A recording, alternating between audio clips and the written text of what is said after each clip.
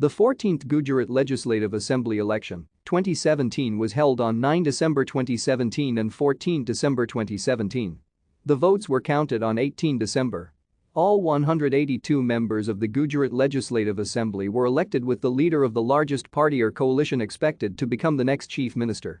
The incumbent Bharatiya Janata Party obtained a simple majority with an increase in the vote share. Despite suffering a decrease in the number of seats, the incumbent government retained its simple majority in the House. The vote share and number of seats for Congress increased from the previous election in 2012. This was the highest number of seats won by Congress in the last 32 years. The next election will be in December 2022. Gujarat, like the other states of India, follows parliamentary system of government.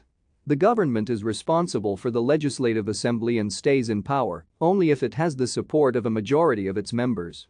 Elections take place on a first-past-the-post basis. The candidate with the most votes wins the seat regardless of an absolute majority. Thank you for watching. Like and subscribe if you would like to view more of our videos. Have a nice day.